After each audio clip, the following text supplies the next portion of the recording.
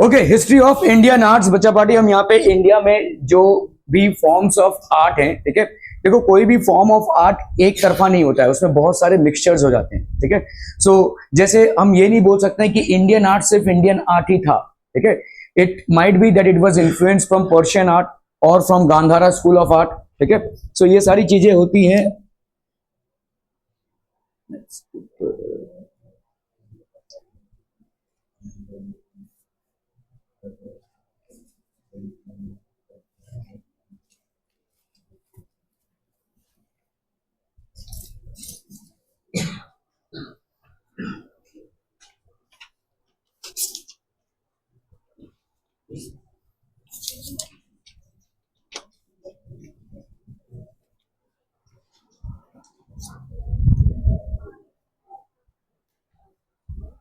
ठीक है। सो बहुत सारे इन्फ्लुएंसेस होते हैं, ठीक है, किसी भी आर्ट फॉर्म में बहुत सारे इन्फ्लुएंसेस होते हैं।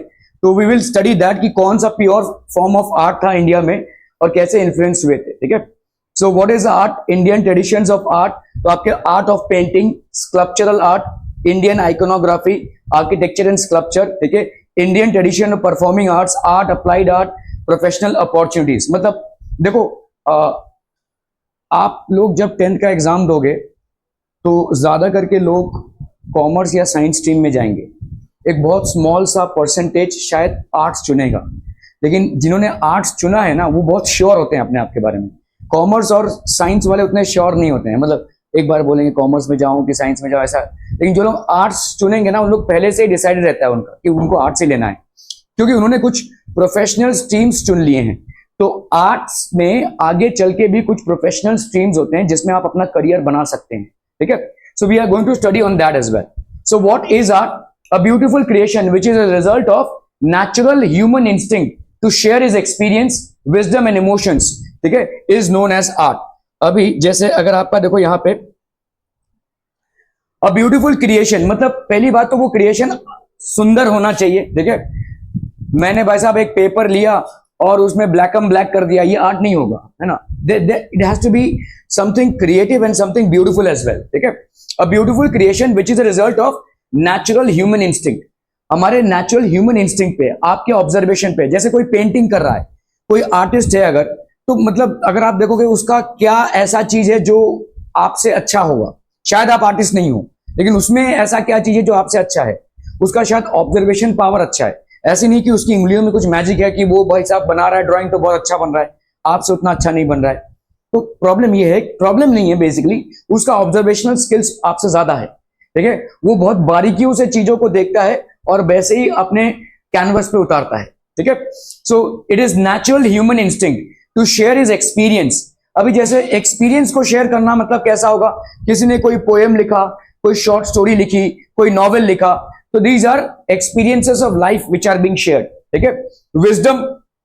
विजडम एंड इमोशंस, ठीक है, विजडम एंड इमोशंस मतलब बहुत सारे, जैसे विजडम, जैसे आपके रशिया के एक बहुत बड़े राइटर थे जिनका नाम था लियो टॉल्स्टॉय, ठीक है। ये अपनी कहानियां या अपने नॉवेल्स जब भी लिखते थे उसमें एक मोराल होता था। अक्सर कहानियों में मोराल नहीं होता है, लेकिन इनके कहानियों में या इनके नॉवेल्स में अक्सर एक मोराल होता था, ठीक है। तो इसको अपन बोलते हैं विजडम, मतलब क्या सीखा हमने उससे, ठीक है। Emotions is acknowledged as art. तो अलग अलग तरीके से अपने आप को एक्सप्रेस करना, in the form of poetry, in the form of painting, in the form of drawings, ठीक है। सो ये अलग अलग वेज है। डांस, ठीक है, आर्किटेक्चर, ठीक है, आप नक्काशियां करते हैं, तो ये सब आपके भाई साहब आर्ट फॉर्म्स हैं, ठीक है। क्या आप भी आर्ट फॉर्म से इन्फ्लुएंस हैं? तो आंसर इज यस। आपके घर में जो आप इंटीरियर्स कराते हैं, आज की तारीख में बस अब लाखों का खर्चा है इंटीरियर्स में, ठीक है। एक्सटर्नल में तो हमारा कंट्रोल नहीं है क्योंकि बिल्डिंग या सोसाइटी पे डिपेंड करेगा, लेकिन इंटीरियर्स में तो हम अपना पूरा पूरा इन्वेस्टमेंट कर सकते हैं और करते भी हैं लोग, ठीक है। ये भी एक फॉर्म ऑफ आर्ट है। ये जो आपका पीओपी करना होता है या अलग अलग फर्नीचर्स लोग बनाते हैं इतना खर्चा करके, ठीक है, वो भी एक फॉर्म ऑफ आर्ट ही तो है, ठीक है। आप बोलेंगे आज शायद आपके जीवन में आर्ट का कोई इन्फ्लुएंस नहीं है, आर्ट का फॉर्मेट चेंज हो चुका है, ठीक है, लेकिन एग्जिस्ट जरूर करता है, ठीक है। आपके इंटीरियर्स वगैरह में आर्ट स्टिल एग्जिस्ट, ठीक है। तो टाइप्स ऑफ आर्टिस्टिक क्रिएशंस, पहला तो होता है आपका विजुअल आर्ट्स, ठीक है। विजुअल आर्ट्स मतलब जो आप पेंटिंग, ड्राइंग, स्केच, ये जो करते हैं इसको अपन बोलते हैं विजुअल आर्ट्स। संस्कृत टर्म इसका क्या है भाई साहब? दृक कला। दृक मतलब जो देख सकते हैं आप, ठीक है। दृक मतलब जो देख सकते हैं, और कला ऑब्वियसली आर्ट होता है, ठीक है, जिसको आप देख सकते हैं, visual arts. As old as a stone age man, भाई साहब बहुत पहले से ही ये चला आ रहा है। स्टोन एज मैन अपने केव्स में इन आर्ट्स को बनाते थे। क्या हुआ?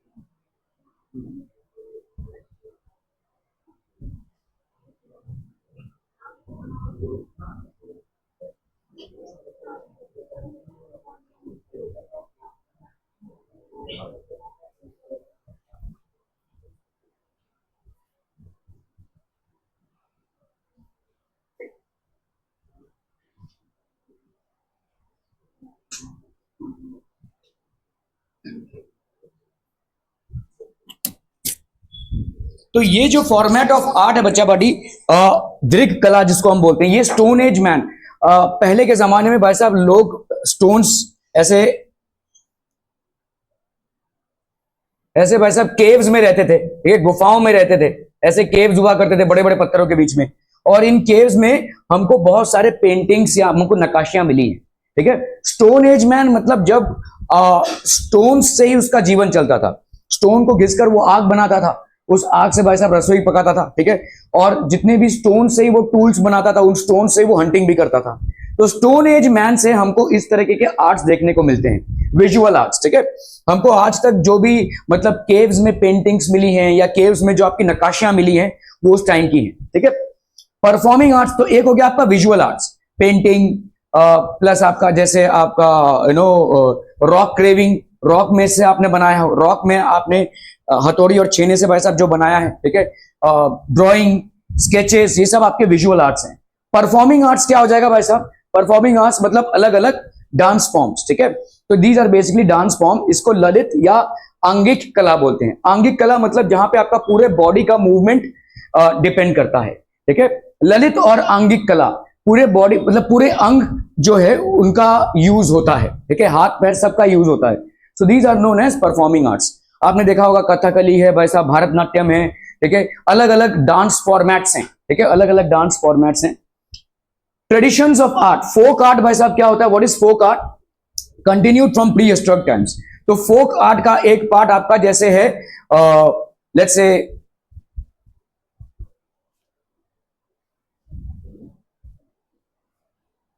आराम से, तो फोक आर्ट बेसिकली आपका एक फॉर्मेट दिखेगा। फोक आर्ट मतलब क्या होता है? जैसे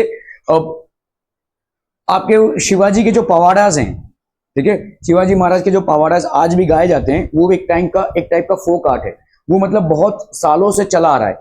हो सकता है कोई अशिक्षित या अनपढ़ व्यक्ति भी उसको गा सकता है।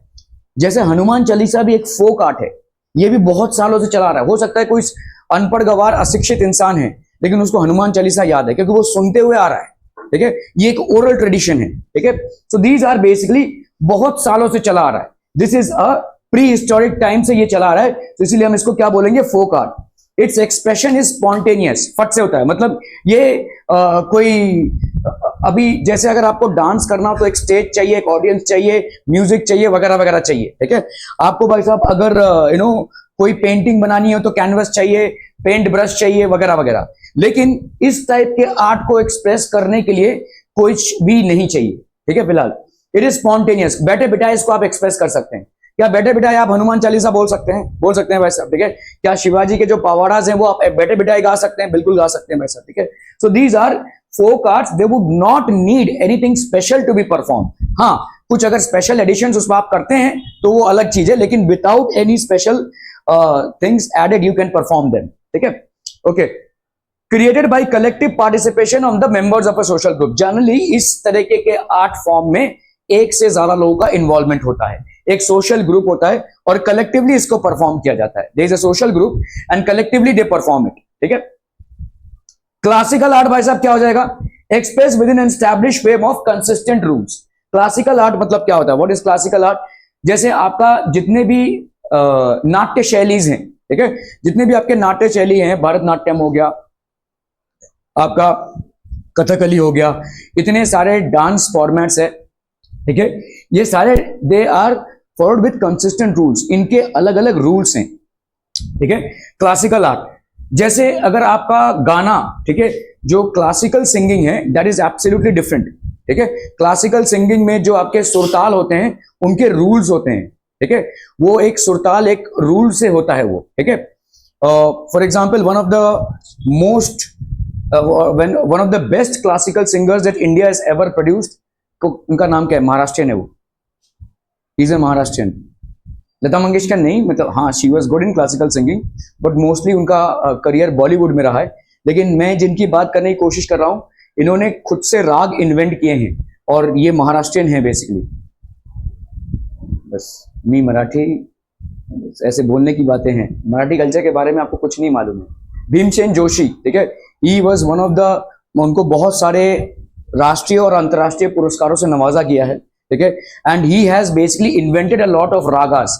ये जो आपके राग होते हैं, ठीक है, क्लासिकल फॉर्मेट में, इन्होंने मतलब इस लेवल तक पहुंच गए थे ये कि इन्होंने जो राग अभी तक इन्वेंट हुए हैं या जो राग अभी तक हुए हैं उनसे भी और एक्स्ट्रा एडिशनल राग इन्होंने इन्वेंट किए थे, ठीक है। So Bhimsen Joshi was one of the pioneers in classical singing in India, okay. Needs a prolong training to master the art. भाई साहब, ये क्लासिकल आर्ट में बहुत शिद्दत की जरूरत होती है, मतलब बहुत ज्यादा रियाज की जरूरत होती है। जो लोग क्लासिकल आर्ट में जुड़े होते हैं, स्पेशली सिंगिंग वगैरह में, उन लोग कभी कभी 6, 7, 8 घंटे तक रियाज करते हैं, ठीक है। सो ये रियाज करना पड़ता है उनको, बहुत डिफिकल्ट है ये, ठीक है, बहुत बहुत ज्यादा डिफिकल्ट, ओके। और प्रॉब्लम ये है कि इनको ज्यादा करके रिकग्निशन नहीं मिलता है। हम एक ऐसी पीढ़ी के लोग हैं जो आपके भाई साहब हनी सिंह के गाने पे हम ठुमका लगाएंगे, लेकिन इनकी समझ हमको नहीं है, ठीक है। ब्लू है पानी पानी, इस टाइप की कैटेगरी के लोग हैं हम, ठीक है। तो हमने चूज कर लिया है वैसे, जहां पे गानों में कोई मतलब नहीं है, जहां पे म्यूजिक का कुछ मतलब तारतम्य नहीं है, ठीक है। अभी तो क्या एक गाना निकला था, मैं नहीं तो कौन बे, वाह, ये गाना है, वाह, और पूरी दुनिया थिरक रही है भाई साहब इस गाने पे, ठीक है। आपको भीमसेन जोशी का नहीं मालूम, बहुत बहुत बड़ी शर्म की बात है। If you are in Maharashtra and you don't know the name of this person who has contributed so much to classical singing in India, then it's actually a shame. और गिल्ट आपका नहीं है, गलती पूरी पूरी आपकी नहीं है, हम जिस ढांचे में हम चल रहे हैं उसका ही नतीजा है ये, ठीक है। सो ऑब्वियसली बात है कि आप इसमें होता क्या है कि कोई इंसान है जिसने अपना जीवन पूरा इसमें दिया हुआ है, 8-9 घंटे का रियाज रोज चल रहा है और बहुत हाई लेवल तक जा चुके हैं, लेकिन उनको सोशल रिकग्निशन नहीं है। जैसे मैंने अभी आपसे पूछा, हनी सिंह सब जानते हैं, राइट, उनके जितने भी नए नए गाने रिलीज हुए सब जानते हैं, right, everybody knows about it. तो क्या दूसरा के नाम क्या है? बादशाह, ओ बाप रे, उनका भी तो सबको मालूम होगा, ठीक है। But nobody knows about Bhimsen Joshi. He has spent his entire life in enrichment of classical tradition और music in India, but nobody knows. तो इनको रिकग्निशन नहीं मिलता है, ठीक है। आप जब बहुत मतलब ये जुनून होता है, बट इनको रिकग्निशन नहीं मिलता है जनरली। हाँ, सरकारी जो आपके अवार्ड्स होते हैं शायद वो उनको मिल जाएं, लेकिन इनको शायद इंटरनेशनली रिकग्नाइज हो, लेकिन नेशनली इनको रिकग्निशन नहीं मिलता है, ठीक है। And it's a sad story. Style in art, artist own method of working, style adopted by many artist over a prolong period of time become a tradition. तो अभी जैसे देखोगे ना, आर्ट्स में अलग अलग, जैसे एक मथुरा स्कूल ऑफ आर्ट है, गांधारा स्कूल ऑफ आर्ट है, ठीक है। ऐसे अलग अलग स्कूल्स बनते गए, क्योंकि अलग अलग स्कूल्स में अलग अलग तरह की, जैसे अगर आप देखोगे मुंबई वीटी का जो स्टेशन है उसको आप देखकर ही बता सकते हो कि भाई साहब ये ब्रिटिशर्स ने बनाया है, उसके स्ट्रक्चर को देखकर ही बता सकते हो। शायद आपको इंडिया के बारे में कुछ भी नहीं मालूम है, लेकिन वो आप बता सकते हो कि ब्रिटिशर्स ने बनाया है, ठीक है, because that is a school of art, ठीक है, एक तरीके का हो गया है भाई साहब, ठीक है। Style adopted by many artist over a prolong period of time may become a tradition, ठीक है। Art styles develop in every culture which are characteristics of certain period and region. तो आर्ट स्टाइल हर culture में develop हुआ है। Mathura school of art भाई साहब Hindu empire के अंदर डेवलप हुआ है, which are characteristics of a certain period and region. तो एक सर्टेन पीरियड और रीजन में ये आर्ट्स डेवलप होते हैं। वहां के रूलर्स, वहां के लोग इस आर्ट को प्रोत्साहन देते हैं, जिसके वजह से वो डेवलप होता है, ठीक है। Styles are helpful in studying art history. तो styles are very helpful in studying art history, ठीक है। Dash is express with an establishment with an establish frame of consistent rules, folk art, classical art, performing art, visual art. कौन सा हो जाएगा? Classical art. Folk art क्यों नहीं होगा?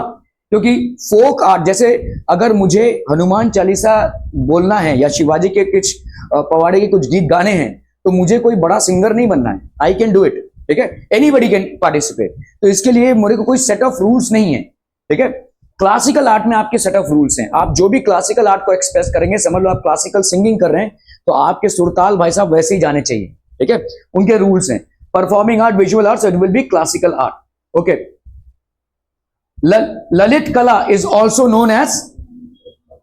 Known as Angik कला, ठीक है, मतलब परफॉर्मिंग आर्ट्स, डांस जो होता है उसको अपन बोलते हैं ललित कला, जिसमें पूरा आपका शरीर इन्वॉल्व होता है, तो इसीलिए हम इसको आंगिक कला भी बोलते हैं, ठीक है। This is also known as Angik kala. Sanskrit term of visual arts is Drig kala. दृग मतलब जो दिखे, ठीक है, और कला मतलब आपका भाई साहब आर्ट, ठीक है। Indian traditions of visual arts, art of painting. Paintings are two dimensional, दो डायमेंशन के होते हैं, ठीक है। Paintings are basically two dimension. Two dimension मतलब क्या होता है? तो ये बोर्ड है, अगर मैंने इस बोर्ड में पेंटिंग किया या आपने अपने पेज पे पेंटिंग किया, तो वो एक्स वाई डायमेंशन नहीं है, उसका थ्री डायमेंशनल फॉर्मेट नहीं है। समझ में आ रहा है ये? जैसे स्कल्पचर आपका थ्री डायमेंशनल है, आप कोई मूर्ति बना रहे हैं तो वो थ्री डायमेंशनल है, लेकिन आप कोई पेंटिंग बना रहे हैं, कोई पोर्ट्रेट बना रहे हैं, कोई स्केच बना रहे हैं, ठीक है, वो कैनवस पे बना रहे हो या पेपर पे बना रहे हो, it will be a two dimensional thing, ठीक है। So paintings are first of all, देखो ये ना आप अपनी आंसर्स में इन सब चीजों को आराम से लिख सकते हैं विदाउट याद किए हुए भी। पेंटिंग टू डायमेंशनल होता है, ठीक है। अगर आपको पेंटिंग के बारे में बोलने बोला जाए तो पेंटिंग इज टू डायमेंशनल, ठीक है। डन ऑन अलग अलग जगहों पे पेंटिंग्स की गई हैं, रॉक्स पे, वॉल्स पे, पेपर्स पे, कैनवस पे, अर्दन पॉट्स पे। So painting is done on all these things, ठीक है। Example mural of Bodhisattva at Ajanta caves. तो अजंता केव्स में देखो इस तरह की पेंटिंग्स मिलेंगी आपको, ठीक है, म्यूरल ऑफ बोध विस्टा। अभी इसमें देखिए अलग अलग पेंटिंग स्टाइल्स हैं। For example there was something called as Maratha style of painting. This was Maratha style of painting. तो मराठा एम्पायर्स में जिस तरह से भाई साहब आपका एक पूरा सभा बैठता था और जिस तरह से डिसीजंस होते थे, जिस तरह से लोग बैठते थे, जिस तरह से किंग या पेशवा या रूलर का इन्वॉल्वमेंट होता था, जिस तरह से भाई साहब डिसीजंस लिए जाते थे, उस सब को भाई साहब इस पेंटिंग में रिप्रेजेंट किया गया है। So this is also known as Maratha school of painting, ठीक है। Maratha style of painting began to develop in the later half of the 17th century. तो later half of 17th century ये डेवलप होने लगा, ठीक है। कंसिस्ट ऑफ, जब Maratha empire धीरे धीरे डेवलप होने लगा तो ये भी भाई साहब डेवलप होने लगा। Consist of coloured paintings, murals and miniatures. तो आपका भाई साहब ये पूरा ऐसा कलर्ड पेंटिंग्स होते हैं, म्यूरल्स भी होते हैं, स्कल्पचर्स भी होते हैं, मिनिएचर्स छोटे छोटे पेंटिंग्स भी होते हैं। Murals can be seen in the old wadas at Wai, Menavali and Satara. Wadas जो होते थे, जो बनाए गए थे, उनमें इस तरीके के स्कल्पचर्स आपको देखने को मिलते हैं, ठीक है। ये मराठा स्टाइल ऑफ पेंटिंग था। Style was influenced by Rajput and European styles of painting. तो इसमें आपका राजपूताना स्टाइल ऑफ पेंटिंग और थोड़ा सा यूरोपियन स्टाइल ऑफ पेंटिंग का मिक्सचर दिखेगा, क्योंकि उस टाइम का है ये, जब राजपूत लोग ऑलमोस्ट खत्म होने वाले हैं और ब्रिटिशर्स आ चुके हैं, तो थोड़ा बहुत इन्फ्लुएंस आपको दिखेगा, कंटेम्प्रेरी आर्ट का इन्फ्लुएंस आपको दिखता ही है, ठीक है। Folk styles of painting, rock painting sites in India. Madhya Pradesh, कहां कहां पे आपको रॉक पेंटिंग दिखता है, ठीक है। तो Madhya Pradesh, Uttar Pradesh, Bihar, Uttarakhand, Karnataka, Andhra Pradesh and Telangana. These are the places wherein you will find rock paintings, wherein you will find sites in which rock paintings have been done. ऐसे sites आपको देखने को मिलेंगे जहां पे rock paintings हुए हैं, ठीक है। Bhimbetka is a world heritage site. It is famous for rock painting. World heritage site मतलब क्या होता है? उसको कुछ बदल नहीं सकते। तो उसमें आप कोई भी काम नहीं कर सकते, कोई भी रेनोवेशन का काम नहीं कर सकते, वो एक टूरिस्ट सेंटर ही रहेगा। यूनेस्को ऐसे साइट्स को आइडेंटिफाई करता है और उनको वर्ल्ड हेरिटेज साइट्स डिक्लेयर करता है। जैसे आपका जितने भी आपके वीटी में जितने भी बिल्डिंग्स हैं ज्यादा करके, उनको हेरिटेज साइट्स डिक्लेयर कर दिया गया है। मतलब उनमें आप मरम्मत तो कर सकते हैं, लेकिन उनमें आप कोई तोड़फोड़ नहीं कर सकते, लेकिन उनको चेंज नहीं कर सकते, उनको उड़ा नहीं सकते। तो these are known as heritage sites. Actually काफी स्ट्रॉन्ग है। मतलब आप देखोगे यहाँ पे जितने भी नए बिल्डिंग्स बने हैं, इनमें लीकेजेस का प्रॉब्लम है, ये है वो है। वहां पे जाइए भाई, आप वासी स्टेशन में मैं खड़ा था उस दिन और ऊपर से पानी गिर रहा था भाई साहब। अभी कितना साल हुआ है उसको बन के, लेकिन आप वीटी स्टेशन जाइए या आप जितने भी हेरिटेज बिल्डिंग जाइए, इतने पुराने हो चुके हैं but they are intact, no leakage problem, nothing. बड़े ही कुशलता पूर्वक और इंजीनियरिंग के साथ उसको किया गया है। Okay, Bhimbetka is a world heritage site. It is famous for rock painting. ठीक है, black, red and white colours were used in the rock paintings. तो इन कलर्स का इस्तेमाल हुआ है। ठीक है, the tradition of folk style of paintings closely resembles the style of rock paintings. Folk style painting है ये। ठीक है, एग्जाम्पल देखिए, आपका वारली पेंटिंग है, ये आपका एक स्टाइल है। देखिए वारली पेंटिंग में इस तरह से आपको वैसा विलेज लाइफ के बारे में एक थोड़ा सा ग्लिम्स मिलता है। बादल बरस रहे हैं, चिड़िया उड़ रही है, जो लोग हैं वो अपने काम काज कर रहे हैं। ठीक है, सो इस तरीके का एक को आपको विलेज लाइफ का या उस टाइम के कंटेम्प्रेरी लाइफ का you get a glimpse of it. So this is Warli painting. ठीक है, तो आप देखोगे यहाँ पे red and white colour use हुआ है। Jivya Somya Mashe, the artist in Thane district, has been honoured with a number of national and international award for his paintings in Warli painting. ठीक है, in 2011 he was awarded the Padma Shri. ठीक है, जिनका मैं नाम ले रहा था, पद्म भूषण भी मिल चुका है उनको, भीमसेन जोशी, उनको भी पद्मश्री मिला हुआ है। ठीक है, but we don't know about these people.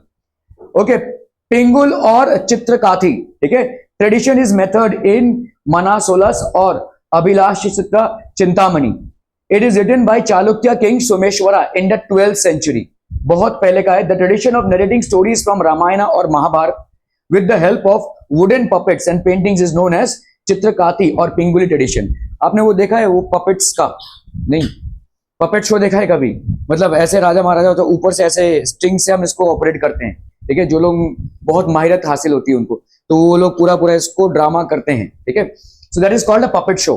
ठीक है, it takes 30 to 50 pictures to complete the narration of a single story. तो ऐसा आपका 30 से 50 पिक्चर्स होते हैं पूरे स्टोरी को कंप्लीट करने के लिए। आप कार्टून की मूवीज देखते हैं वो तो एनिमेटेड हैं, लेकिन हमारे टाइम पे डिज्नी एक्चुअली पेंट करके बनाता था। तो मिक्की माउस हो गया या जो भी हो गया, उनका जितने भी होते थे ना सब, आपने वो देखा है ना, वो ऐसा एक डायरी होता है, ऐसे करते हैं, तो उसमें भाई साहब एक के बाद एक के बाद एक के बाद एक, तो आपको लग रहा है कि कोई मूवी चल रही है। तो एक्चुअली में इनको पेंट करके या ड्राइंग करके बनाया जाता था और उसमें वो मूवी चलती थी। तो मिक्की माउस या डोनाल्ड डक, इनके जो पुराने जो डिज्नी के मूवीज हैं उनको देखिएगा और अभी के मूवीज देखिएगा, उसमें थोड़ा मजा ज्यादा आता है, क्योंकि उसमें आपकी ह्यूमन क्रिएटिविटी है उसमें। यहाँ तो एनिमेटेड करके कर रहे हैं आप। ठीक है, खैर यहाँ पे इसी तरीके का एक सिंगल स्टोरी के नरेशन में, कॉमिक बुक्स पढ़ी है आपने कभी? कॉमिक बुक्स में जैसे एक सिंगल स्टोरी को या एक सिंगल इवेंट को वैसा बहुत सारे कॉमिक स्ट्रक्चर से समझाया जाता है, वैसे ही ऐसा ट्रेडिशन था। ठीक है, रामायण और महाभारत के जो स्टोरीज होते थे उसको करीबन 30 और 50 पिक्चर्स उसके पेंट किए जाते थे एक एक घटनाओं पे। ठीक है, कोई एक घटना पे, पूरी रामायण महाभारत 30-50 पिक्चर में नहीं समाएगा, लेकिन किसी एक घटना पे 30 पिक्चर से पेंटिंग से हमने उसको समझाया है। ठीक है, so these were the things, Pingul और Chitrakathi. Styles, classical styles of painting, there are 64 arts mentioned in ancient Indian text. हमारे इंडियन टेक्स्ट में 64 कला बोलते हैं हम इसको। ठीक है, हमारे इंडियन टेक्स्ट में 64 कलाओं का वर्णन है। The art of painting is mentioned as Alekhyam और अलक्ष्य विद्या। ठीक है, अलक्ष्य विद्या बोलते हैं इसको। It is said to have 6 main aspects. षडांग बोलते हैं, षडांग मतलब 6 अंग। ठीक है, इसके और रूप भेद, डिफरेंट शेप्स एंड फॉर्म्स। तो आपके भाई साहब डिफरेंट शेप्स एंड फॉर्म्स होते हैं। जो भी आप पेंट करें उसका एक शेप एंड फॉर्म होता ही है। रूप भेद, ठीक है, प्रमाण, proportionate depiction of various features of an image. तो अलग अलग भाई साहब इमेज के आपके फीचर्स होते हैं, क्या ड्रेस पहना है, क्या कॉस्ट्यूम है।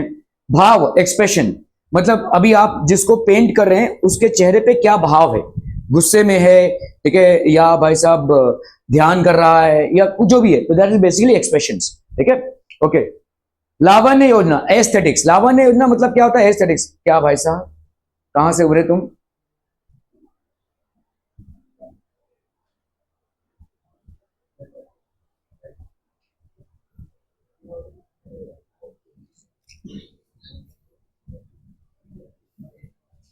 पेपर लीक हो गया है।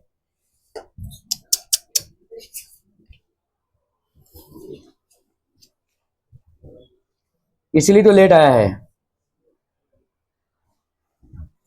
उधर जाकर बैठ अभी।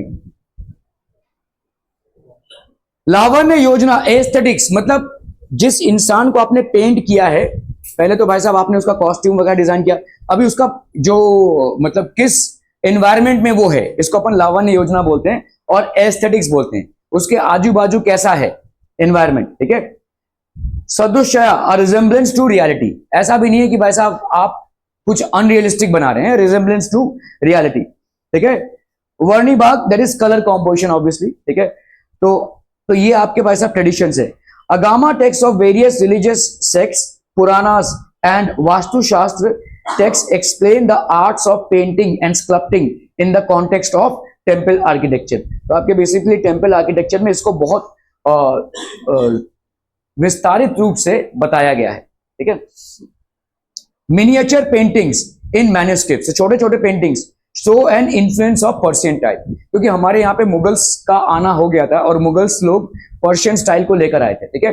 सो show an influence of Persian style, so Persian style की पेंटिंग का इन्फ्लुएंस हमको देखने को मिलता है, ठीक है।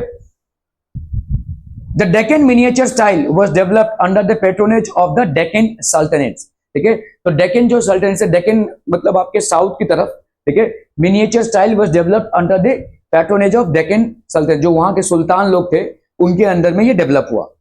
Miniature style showing a blend of Indian and Persian styles was developed during the reign of Akbar. तो अकबर के टाइम पे बहुत सारा आर्ट को प्रोत्साहन मिला था, ठीक है। एंड उस टाइम पे इंडियन और पर्शियन स्टाइल का कॉम्बिनेशन से काफी पेंटिंग्स बनी, ठीक है, जिसमें दोनों का हमको मिश्रण दिखता है। Western style of painting and art school was established under the leadership of James Wales, a Scottish artist in the times of Sawai Madhavrao Peshwa in Shaniwarwada in Poona. कोई गया है वैसा शनिवारवाड़ा में? नहीं गए हैं, पूना में है ये, ठीक है।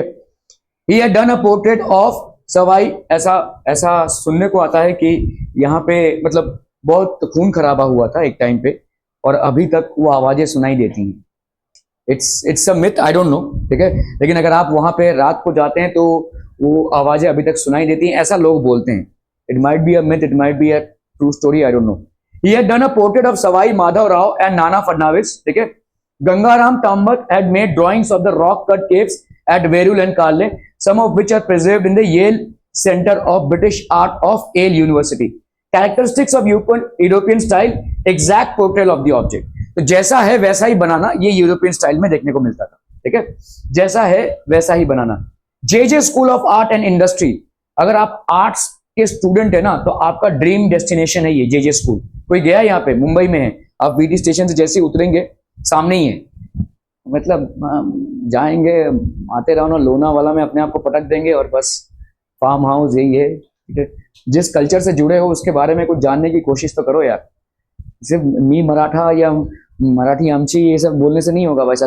Gate use to the culture, you don't know a thing about your culture, आपको अपने कल्चर के बारे में कुछ मालूम ही नहीं, और ये एक बहुत शर्मनाक बात है। J school of art industry आपके जस्ट ये आप मुंबई वीटी स्टेशन में उतरोगे और सामने ही है, एक ड्रीम डेस्टिनेशन है। यहाँ पे फॉरेन कंट्रीज से स्टूडेंट्स आते हैं सीखने के लिए। This is so famous and this is so मतलब एक one of the pioneer institutes है ऑल ओवर इंडिया में, one of the best institutes that can offer studies in art in various forms of art, ठीक है। J school of art industry which was established in 1857 offered courses in European style of painting. Pestonji Bomanji, an alumni of this school, made replicas of Ajanta paintings. He is basically a Parsi and he was इन्होंने Ajanta paintings का पूरा एक replica बनाया हुआ है, ठीक है, एकदम एग्जैक्ट कॉपीज बनाई हुई है। स्कल्पचरल आर्ट, ना अभी हमने देखा पेंटिंग वाला आर्ट, अभी हम देखेंगे स्कल्पचरल आर्ट। तो स्कल्पचरल आर्ट बेसिकली आपका 3 डायमेंशनल है। आप मूर्तियां वगैरह जो बनाते हैं, ठीक है, तभी तो पीओपी नहीं था, तभी तो आपके रॉक से नक्काशी करके मूर्तियां बनानी पड़ती थी, बट दिस इज 3 डायमेंशनल, ठीक है। Three dimensional such as images, statues, pots and objects with artistic embellishment, ठीक है। Rock sculptures made by carving, तो जितने भी आपके ये अजंता वगैरह के पेंटिंग्स वगैरह हैं, या मतलब रॉक को कट करके, हथौड़ी चेनी से रॉक को कट करके आर्टिस्ट लोग इसको बनाते थे। काफी मेहनत वाला काम है, much more of a laborious job than painting on a canvas, ठीक है। Metal sculptures made with the help of moulds, moulds मतलब समझते हैं, हाँ नहीं बेंड कर, हाँ ढांचा होता है, ठीक है। मतलब आपका जैसे समझ लो आपको एक ही फॉर, अभी भी देखो जैसे रेलवे लाइंस का एक ढांचा है, तो क्या करते हैं आप आयरन को लेकर उनके ढांचे में डाल देते हैं, वो रेलवे लाइन बन के तैयार हो गया। तो इसी तरह से भाई साहब पहले के जमाने में जो आपके मोल्ड्स होते थे, ऐसे मेटल मोल्ड्स बनते थे, उसमें आपको जो ढांचा बनाना है उसको तैयार करना होता है। जैसे आपके कॉइन्स होते हैं, उन पे भी भाई साहब जो इम्प्रिंट आता है वो वैसे ही आता है, ठीक है। दीज आर मोल्ड्स, एक ढांचा होता है जिसमें हम डालते हैं इसको, ठीक है। Metal sculptures, clay sculptures form with hands और बाय यूजिंग, क्योंकि मेटल को भाई साहब मोल्ड करना पड़ेगा, मेटल को आपको पिघलाना पड़ेगा, और पिघलाने के बाद उस पर काम करना ऑलमोस्ट नेक्स्ट टू इम्पॉसिबल है। वो इतना गर्म होगा कि भाई साहब आप हाथों से उस पर काम नहीं कर सकते, इसीलिए आपको पहले से ही एक ढांचा बनाना पड़ेगा, उसको आप डाल देंगे तो वो बन के तैयार हो जाएगा, ठीक है। That is how metal works happen, ठीक है। It is almost impossible to do work on metal without melting them, और अगर मेल्ट करना है तो आपको मोल्ड्स बनाने पड़ेंगे, ठीक है। क्ले पे आप बना सकते हैं, क्ले पे आप हाथों से भी बना सकते हैं, मोल्ड से भी बना सकते हैं, ठीक है। You can actually do it by moulds as well. जैसे आपका देखो ये जो क्ले है, इससे ब्रिक जो बनता है ये वैसे ही तो बनता है, ढांचे में डाल दिया जाता है, उसको गर्म किया जाता है, ब्रिक बन गया ये, ठीक है। Kailash temple at Verul is a unique monolithic sculpture carved out of a single rock. आप सोचिए भाई साहब, ये पूरा स्ट्रक्चर सिर्फ एक रॉक से बना हुआ है, ठीक है। जिस भी आर्टिस्ट लोगों ने इस पे काम किया है, एक रॉक से बनाया है इसको, ठीक है। ऐसा नहीं कि बाहर से रॉक लाया है, उसको रखा है, फिर उस पर नक्काशियां की हैं, एक रॉक से पूरा ये स्ट्रक्चर बना है। You can understand the tremendous amount of labor that has been done in order to do this, ठीक है। नेशनल एम्ब्लेम ऑफ इंडिया, जो आपका भाई साहब अशोकन पिलर पे है सारनाथ पे, ये हमारा नेशनल एम्ब्लेम ऑफ इंडिया। हमारे जितने भी गवर्नमेंट के ठप्पे होते हैं, आपका भाई साहब जितने भी गवर्नमेंट का काम होता है उसमें ये होता है, ठीक है। Lion capital of the Ashokan pillar found at Sarnath. Folk styles of sculptural art, beginning of sculptural art, carving tools out of stone, तो ऐसे स्टोन से हम भाई साहब टूल्स बनाते हैं, ठीक है। Making clay images for rituals has been prevalent in India since Harappan times and is still continued in Bengal, Bihar, Gujarat, Rajasthan etcetera. तो क्ले इमेजेस का बनना फॉर रिचुअल्स, ठीक है, ये बहुत पहले से चालू है। Ganesh idols, mask of Gauri, bull figurings made for the festival of Bali Belpola, ठीक है। वुडन मेमोरियल्स, व्हीगल्स, the decorated clay storage bins etcetera, ये सब आपके भाई साहब बने हुए फ्लोक स्ट्रक्चर से। Classical styles of sculptural art, carving out stone sculptures of larger size began in the Mauryan pillar period with Ashokan pillars, ठीक है। तो बड़े बड़े रॉक से कार्व करके स्ट्रक्चर्स या स्कल्पचर्स बनाना, ये अशोक जो थे उनके अंडर में ये मौर्यन पीरियड में चालू हुआ, ठीक है। So these were huge structures. Sanchi Stupa was erected in emperor Ashoka's time, तो सांची स्तूप जो है वो उनके टाइम पे बना था। Sculptures of Bharat are testimonies of the continuous development of sculptural art in India. Testimony मतलब एक प्रूफ है कि कैसे आपका ये डेवलप हो रहा था, ठीक है। बड़े ही सुनियोजित तरीके से, ये आपको बहुत ऐसा आसान लग रहा होगा लेकिन इसको बनाने में बहुत साल गए होंगे, ठीक है। So sculptures of Bharat are testimonies of the continuous development, तो लोगों का कंटिन्यूअस कंट्रीब्यूशन हो रहा था, सारे आर्टिस्ट का कंट्रीब्यूशन हो रहा था और डेवलपमेंट हो रहा था, ठीक है। We are able to see this. The stupa at Borobudur in Indonesia is the largest stupa in the world. ये इंडोनेशिया तक हमारे आर्टिस्ट पहुंच चुके थे, ठीक है। इंडोनेशिया तक हमारे आर्टिस्ट, और ये लार्जेस्ट स्तूपा है आज की तारीख में भी ये है, ठीक है। Many people from India who actually go and visit Indonesia visit this stupa, ठीक है। It was built during the 8th to 9th century CE. It was declared as the World Heritage Site in 1991. तो इसको भी UNESCO ने world heritage site declare किया है। So you can not do any type of construction और reconstruction work out here, ठीक है। आप इसको सिर्फ प्रिजर्व कर सकते हैं, नथिंग एल्स, ठीक है। Indian iconography, iconography is a branch of knowledge which includes everything about making of images of gods and goddesses, ठीक है। तो ऑब्वियसली गॉड्स हमारे सबके आइकन्स हैं, ठीक है। तो ये आइकॉनोग्राफी बोलते हैं हम, ठीक है, कि कैसे, जैसे ये आपका नटराज सिंबल है, नटराज मतलब शिव का एक डांस फॉर्म है, ठीक है, इसको अपन नटराज बोलते हैं। तो शिव के अलग अलग स्कल्पचर्स हैं and it's one of the forms, ठीक है। जैसे जब आपका ये दुर्गा पूजा होता है तो जो दुर्गा माँ का जो अवतार है वो शेर के ऊपर ऐसे त्रिशूल का प्रहार कर रही हैं, ठीक है। तो ये सब आपका आइकॉनोग्राफी में आता है, ठीक है। उस टाइम पे इस तरह की प्रतिमा बनती है। गणेश आइडल हो गया, ठीक है, ये सारे जितने भी हैं आपके उस टाइम पे वैसे बनते हैं। जैसे गणेश जी के आइडल में भी आपके 8 टाइप के होते हैं, ठीक है। If you see there are 8 types of pratimas. तो ये आपके भाई साहब आइकॉनोग्राफी में आते हैं, ठीक है। Making of gods and goddesses, the Gandhara school of art came into being in the 2nd century BC in Afghanistan and neighboring regions. It had Greek and Persian influence. तो इसमें भाई साहब ग्रीक का और पर्शियन इन्फ्लुएंस दोनों भी था, ठीक है। This was basically the Gandhara school of art. The Mathura school of art led the foundation of Indian iconography. तो मथुरा स्कूल ऑफ आर्ट था और इसी ने इंडियन आइकॉनोग्राफी, मतलब इंडिया में जितने भी देव देवी हैं उनके अलग अलग फॉर्मेट्स में मूर्तियों को बनाने का प्रचलन स्टार्ट हुआ, ठीक है। जैसे यहाँ पे शिव जी का नटराज मूर्ति है ये, ठीक है, तांडव मूर्ति है ये। सो इसमें उनके डांस फॉर्मेट को इस तरह से ये रिप्रेजेंट किया गया है, ठीक है। Kushana period Shaw the rise of Mathura school. The Kushana Kings made use of images of various deities on their coins. Deities मतलब जो आपके इनके देव देवती देवी हैं उनका वैसा कॉइन्स पे इम्प्रिंट किया गया। तो तब से टॉकिंग मोड पे है तिवारी, उधर बैठा दूंगा मैं।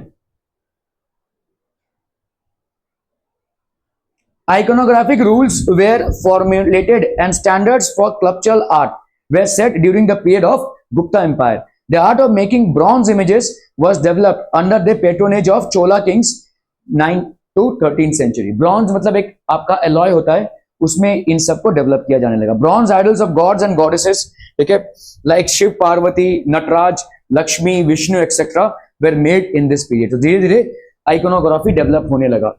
Architecture and sculpture, the tradition of rock cut caves originated in India in the 3rd century BC। तो आपके ये रॉक कट केव्स हैं, रॉक को एक्चुअली कट करके इन केव्स को बनाया गया है, ठीक है।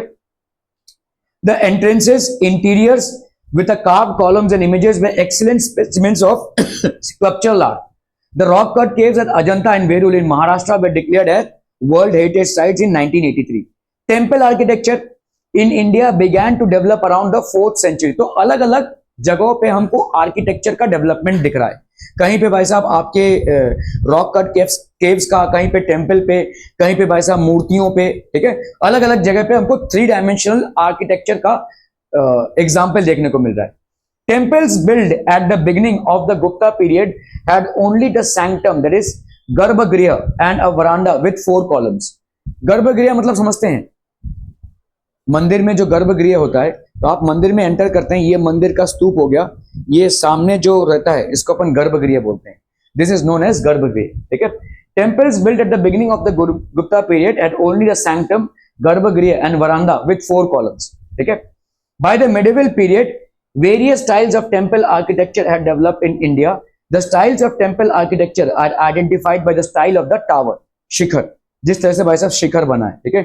ये आपका भाई साहब जैसे नगाड़ा स्टाइल है, ठीक है, ये द्राविड़ स्टाइल है। So this is basically the Dravida style. तो शिखर किस तरह से बना है, अलग अलग स्टाइल्स हम उससे आइडेंटिफाई करते हैं। Principal styles of temple architecture, Nagara style of north India, ज्यादा करके नॉर्थ इंडियन टेम्पल्स आपको इस स्टाइल में देखने को मिलेंगे, and Dravida style of south India, और साउथ इंडिया में इस टाइप का स्टाइल आपको जो मेन स्ट्रक्चर है उसका देखने को मिलेगा, ठीक है। A blend of these 2 styles is known as Vesara style. इसको लिख लीजिए भाई साहब, बहुत इंपॉर्टेंट है ये। नॉर्थ में आपको किस टाइप का स्टाइल देखने को मिलता है, what kind of style do you observe, and south में primary what kind of style do you observe, और इनका मिक्सचर होता है वेसारा स्टाइल।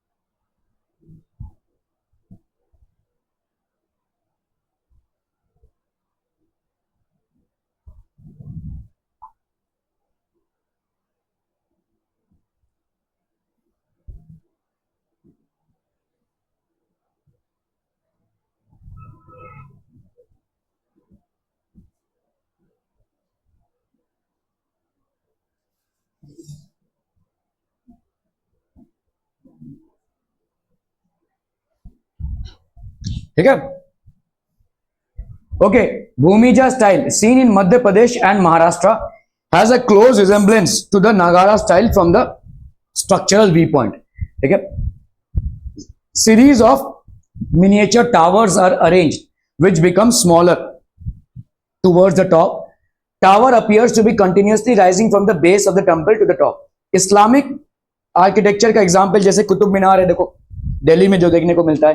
ठीक है, this is the Qutub Minar at Mehrauli near Delhi. Construction started during the reign of Qutubuddin Aibak, ठीक है, 12th सेंचुरी में, and was completed in the reign of Altamash, ठीक है, 13th सेंचुरी में। This was basically the slave dynasty. Actually Qutubuddin Aibak और अल्तमश दोनों भी स्लेव्स थे, ठीक है, उस टाइम पे। और क्योंकि उन लोग एक्सपैंड कर रहे थे तो इन स्लेव्स को इन राजाओं ने अलग अलग जगह पे रख दिया था। ठीक है, so that time he was basically ruling Delhi. It is 73 metres 240 feet in height. It is the highest minaret in the world. तो सबसे ऊपर का मिनरेट है ये, ठीक है, highest minaret in the world. Again has been declared as a world heritage. Taj Mahal at Agra, ठीक है, built by Shah Jahan in the memory of his queen Mumtaz Mahal. It is a paramount example of Islamic architecture in India. इसको एक wonder भी declare किया गया है, world heritage site तो आज भी है। ठीक है, कल ही मैं पढ़ रहा था कि काफी आपका क्रैक्स डेवलप हो रहे हैं इसमें धीरे धीरे। क्रैक्स इसलिए डेवलप हो रहे हैं क्योंकि ये जो एसिड रेन होता है, हर बार बारिश के बाद बहुत ज्यादा मरम्मत की जरूरत पड़ती है। ठीक है, क्योंकि मार्बल है और मार्बल पे एसिड रेन्स होता है। आपने देखा कि अगर मेटल कार्बोनेट को एसिड के साथ रिएक्ट कराते हैं तो कार्बन डाइऑक्साइड रिलीज होता है और मेटल करोड होता है। तो इस तरह से एसिड रेन काफी करोड कर रहा है अभी इसको।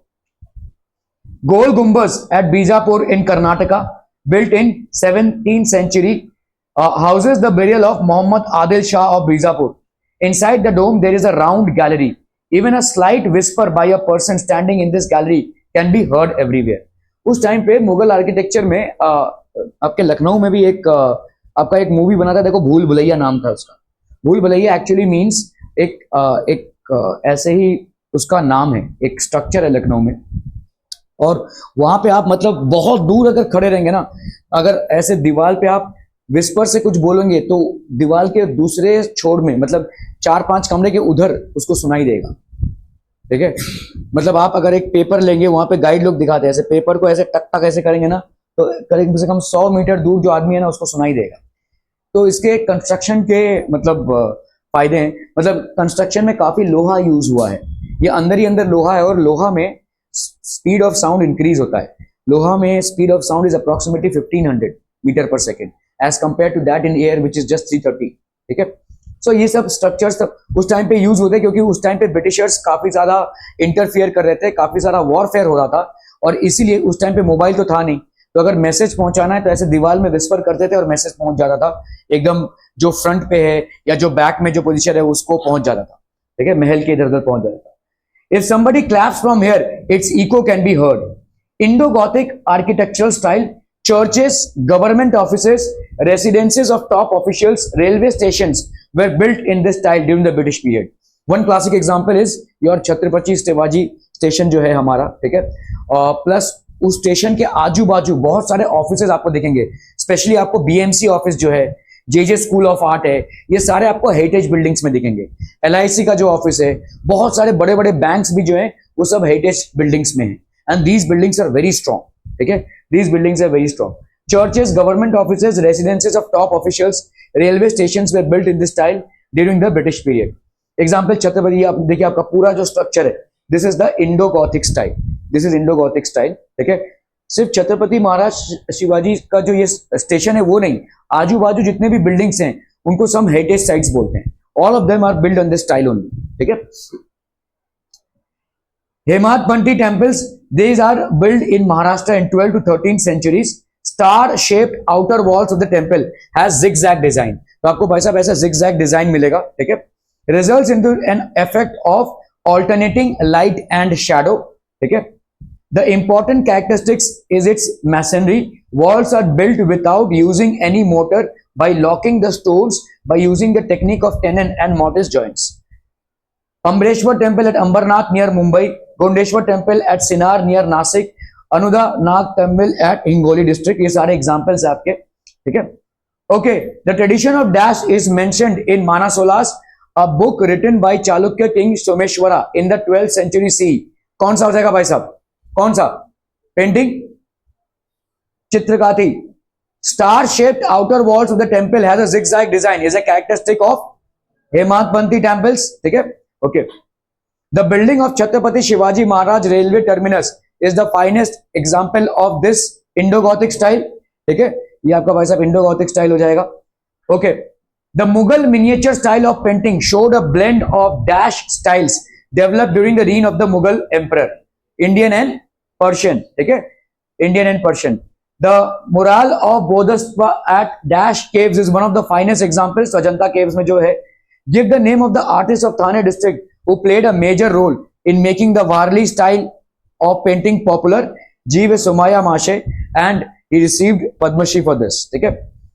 Identify and write the wrong pair. Maratha style. ठीक है? Rock painting, Warli painting, mural of Bodhisattva. तो ये तो सही है भाई साहब. ठीक है? आपका रॉक पेंटिंग मध्य प्रदेश में है, ये भी सही है आपका. मराठा स्टाइल में सारे वाडास बिल्ड हुए हैं वाई में. ठीक है? Warli painting Kolhapur, this is wrong. Identify and write the wrong pair in the following set. Temple of Kailash, ठीक है, कहां पे है भाई साहब? वेलूर है, तो ये गलत पेयर हो गया आपको. ठीक है? Temple of Kailash at Ajanta is the wrong. Okay. Identify, ये आपका 2019 का क्वेश्चन है. Identify and write the wrong pair. Qutub Minar आपका भाई साहब मेहरौली में है, करेक्ट है. गोल गुंबज बीजापुर में है. छत्रपति, ये गलत पेयर हो गया आपका, दिस विल बी मुंबई. ठीक है? तो Chhatrapati Shivaji Maharaj railway terminus Delhi. Explain the statements with reason. 2 marks का क्वेश्चन है 2020 में. हाँ भाई साहब, तू बासी लेता रहे. It is necessary to preserve the tradition like Chitrakathi which is on the verge of extinction. To preserve the tradition, आप क्या क्या लिखेंगे भाई साहब? Traditional method of narrating stories. तो चित्रकाथी है क्या भाई साहब? आप किसी एक इंसिडेंट को रामायण या महाभारत से 30-40 पेंटिंग्स में उसको दर्शाते हैं. ठीक है? तो the traditional method of narrating stories from Ramayana और Mahabharata. Pictures are painted in natural colours. Almost 30 to 50 paintings are done. Pictures handed down from one generation to another. Write about folk traditions of sculptural art. 4 marks का question है, देखो. ठीक है? Ancient art है भाई साहब, ये फोक ट्रेडिशन आपका एंशिएंट आर्ट है. Began with the carving of tools out of stone, making clay images for rituals, Ganesh idols, masks of Gauri, bull figurines made for the festival of Belpola, okay, wooden memorials, weir gulls, all these are basically folk traditions of sculptural art. Rock painting sites in India. ठीक है? तो आपके भाई साहब ये sites कहां कहां पे हैं? देखो, मध्य प्रदेश, बिहार, कर्नाटका, तेलंगाना, उत्तर प्रदेश, उत्तराखंड एंड आंध्र प्रदेश. इनमें से 4 नाम आपको भरने हैं. ये आपके स्टार्टिंग में ही था. ठीक है? Right in detail about the folk styles of painting. तो आपके फोक स्टाइल्स ऑफ पेंटिंग क्या क्या है? युवराज जाओ उस रूम में, जाओ जा जा जा. हाँ, वहां जाके दे.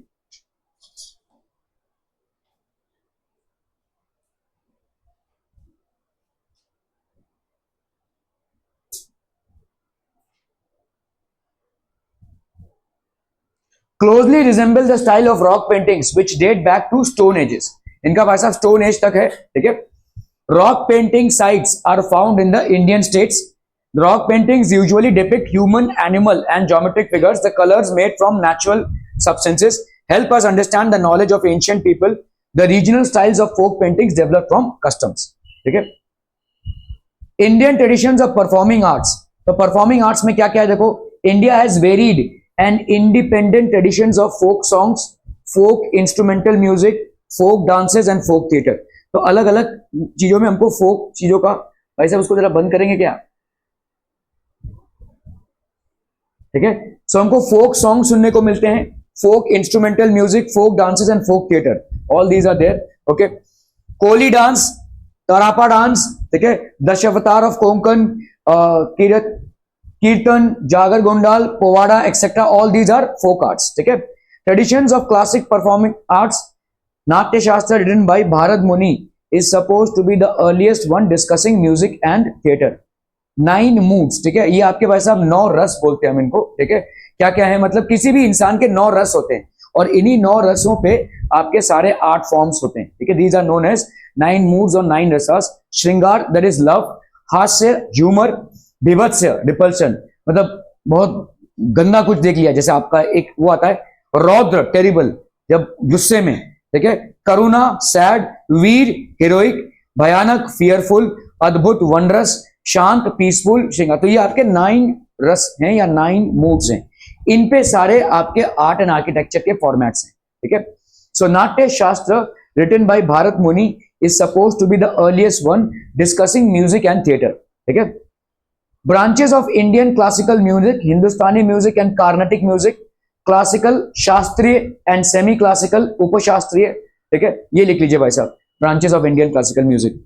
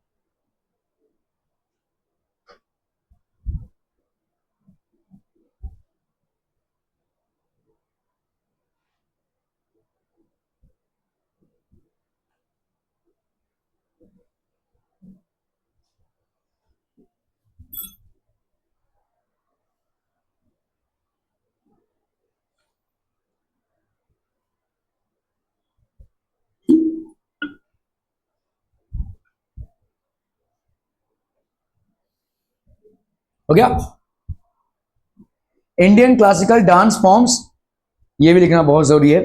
Kathak, which is generally prevalent in north India, so this is Kathak, north India में प्रेवलेंट है। Lavani, Maharashtra. Odissi, which is in Orissa. Bharatanatyam, Tamil Nadu. Kuchipudi, Andhra Pradesh. Kathakali and Mohiniyattam, Kerala. चलिए चलिए चलिए, फटाफट फटाफट इसको लिख लीजिए।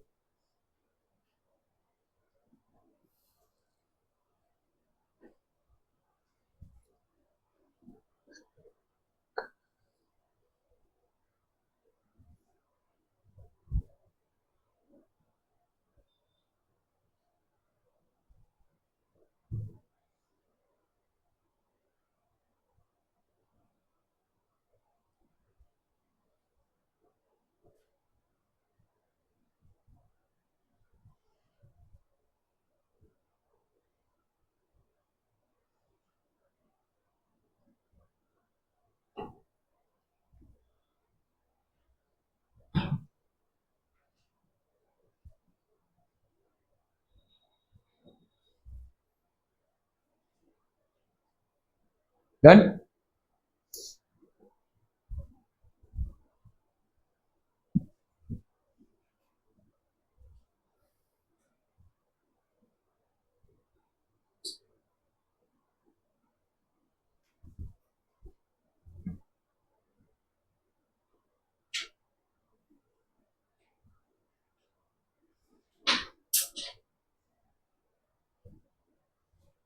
यही हो गया, ये लिख के तेरा।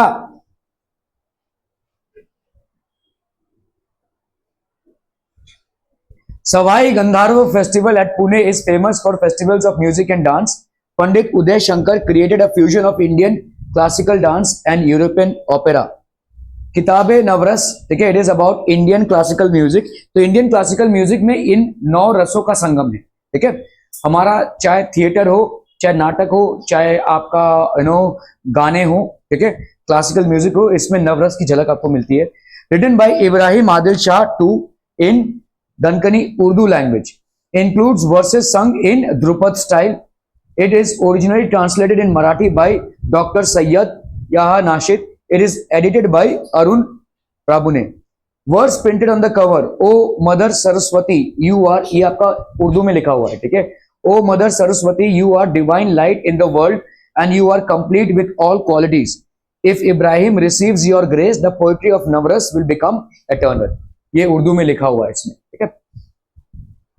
ओके चलिए भाई साहब, कंप्लीट द कॉन्सेप्ट मैप। आपके 9 क्या क्या है, देखो नवरस में क्या क्या है।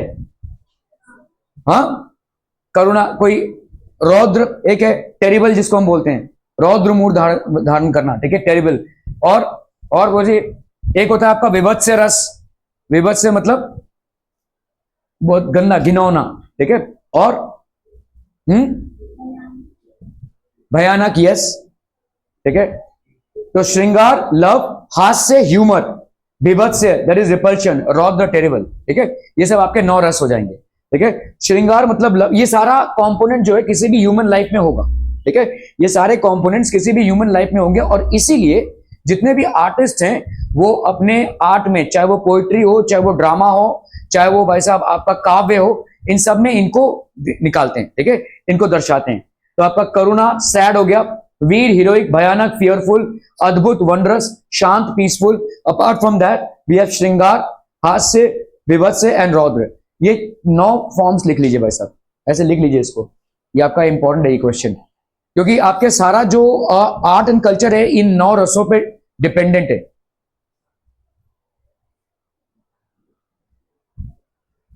ये ऐसे लिख लीजिए, करुणा, वीर, अद्भुत, भयानक, शांत, श्रृंगार, हास्य, विभत्स्य एंड रौद्र।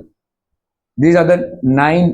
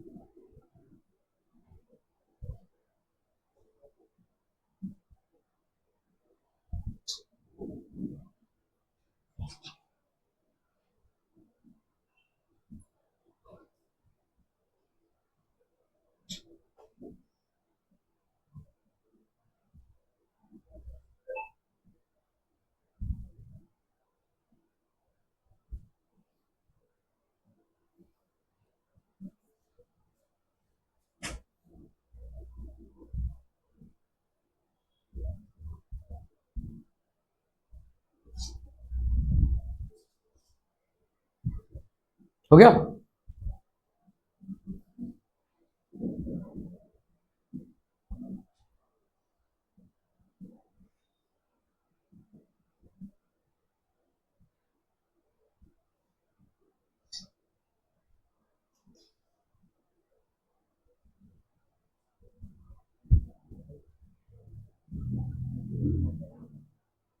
Done done done.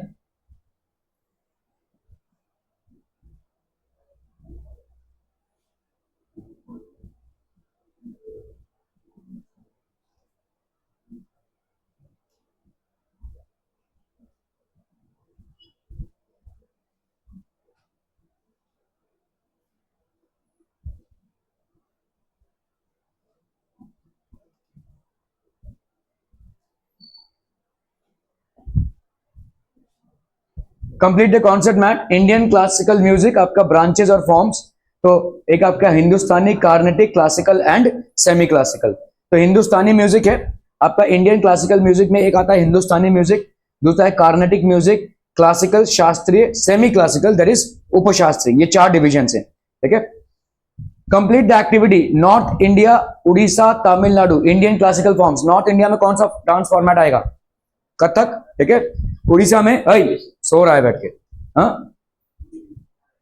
और तमिलनाडु, और इसमें महाराष्ट्र में लावनी, ठीक है। कथक, उड़ीसी, भरतनाट्यम एंड लावनी, ठीक है। ओके, सो आपके भाई साहब ये आर्ट और हिस्ट्री में अगर आप देखोगे हमारे करियर्स क्या क्या बन सकते हैं, ठीक है। इतना सब कुछ ज्ञान हासिल करने के बाद हो सकता है आप आर्टिस्ट ना बने, लेकिन क्या आप करियर बना सकते हैं? So yes, these are the careers that are available. Heritage management, जब भी यूनेस्को किसी साइट को हेरिटेज साइट डिक्लेयर करता है तो गवर्नमेंट का उत्तरदायित्व हो जाता है कि उस साइट को मेंटेन किया जाए, ठीक है।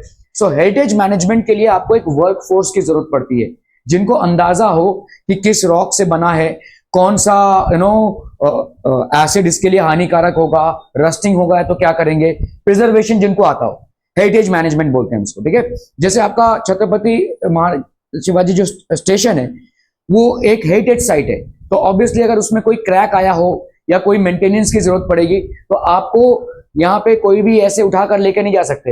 एक हेरिटेज मैनेजमेंट का एक प्रॉपर बंदा होगा जिसको सब कुछ मालूम होगा कि हेरिटेज साइट्स को कैसे मैनेज किया जाता है, उनको लेकर जाना पड़ेगा, ठीक है।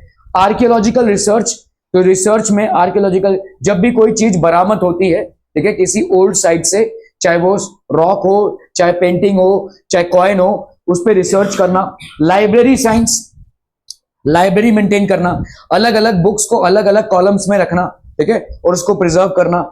इंडोलॉजी, आर्ट मार्केट, जर्नलिज्म, इन सब के बारे में पढ़ेंगे। अप्लाइड आर्ट, ठीक है, artistic creation with an utilitarian purpose, तो आप आर्ट को यहां पे प्रमोट कर रहे हैं। यूटिलिटेरियन मतलब जिसमें पैसा भी आए आपको, ऐसे आर्ट बनाकर बैठे रहेंगे तो पैसा नहीं आएगा, ठीक है। यूटिलिटेरियन, इसको लिख लीजिए भाई साहब।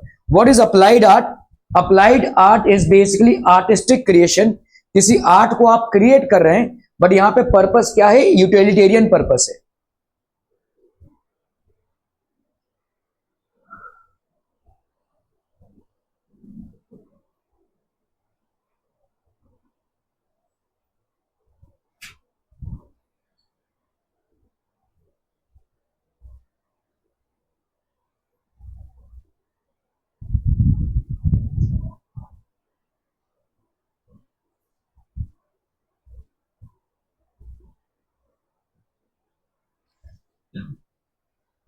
फील्ड्स ऑफ अप्लाइड आर्ट्स, तो क्या क्या है भाई साहब आपके फील्ड्स ऑफ अप्लाइड आर्ट्स में?